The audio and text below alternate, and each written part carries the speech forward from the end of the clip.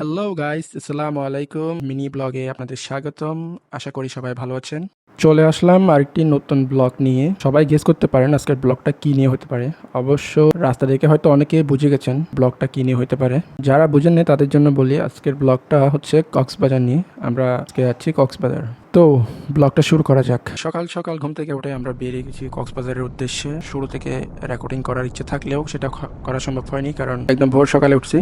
ভোর সকালে উঠেই আমরা বেরিয়ে গেছি, যখন ছিল মোটামুটি একটু অন্ধকার, আলো তখনও ফোটে নাই। তার জন্য প্রথম শুরুতে কিছু দেখা যাচ্ছিল না, তাই আর ভিডিও করা হয়নি। আমরা মাঝ প্রত্যেকেই ভিডিওটা শুরু করে দিলাম। তো আজকে আমরা যাচ্ছি মোট 6 জন, তিনটা বাইকের মধ্যে আমার কাজিন আর তার ওয়াইফ, আমি আছি, সাথে আমার এক ছোট ভাই আছে আমার সাথে, যে পিলিয়ন, আর আমার এক ফ্রেন্ড, আর তার সাথে আমার এক ছোট ভাই আছে। টোটাল আমরা 6 জনেই যাচ্ছি আজকের ট্যুরে। আমরা অলমোস্ট কক্সবাজারের টাউনের কাছাকাছি চলে আসছি। মাঝপথে আমরা ভিডিও করি নাই আর, বেশ কিছু জায়গায় দাঁড়ানো হয়েছিল।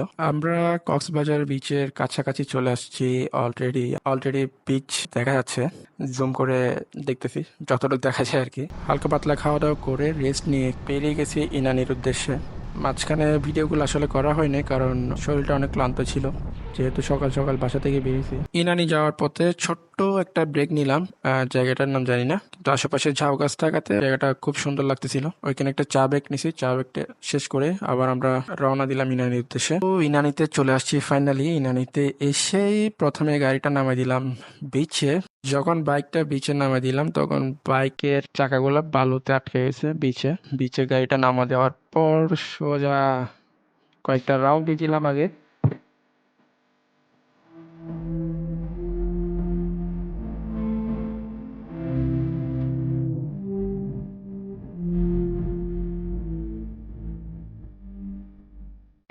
ভিডিও করতে করতে অলমোস্ট সন্ধ্যা হয়ে গেছে।